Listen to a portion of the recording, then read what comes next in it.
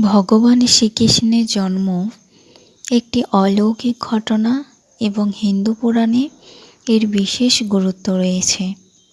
মহাভারত এবং অন্যান্য পুরাণ অনুযায়ী শ্রীকৃষ্ণ মথুরার কারাগারে জন্মগ্রহণ করেন। তার মাতা দেবকী ও পিতা বাসুদেব ছিলেন মথুরার অত্যাচারী রাজা কংসের বন্দী। কংসকে তার ভাগ্যবাণী জানানো হয়েছিল যে তার বোন দেবকীর অষ্টম সন্তান তাকে হত্যা করবে। সেই কারণে কংস দেবকীর সমস্ত সন্তানকে হত্যা করেছিলেন।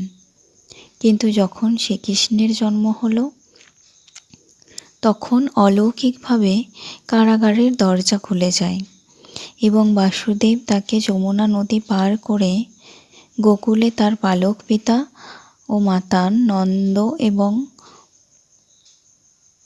যশোদার কাছে নিয়ে যান। সেই রাতেই কংসের কারাগারে জন্মগ্রহণ করেন এবং ভগবান শ্রীকৃষ্ণ, যিনি পরবর্তীকালে কংস রাজাকে পরাজিত এবং হত্যা করে ধর্মের প্রতিস্থাপনা করেন।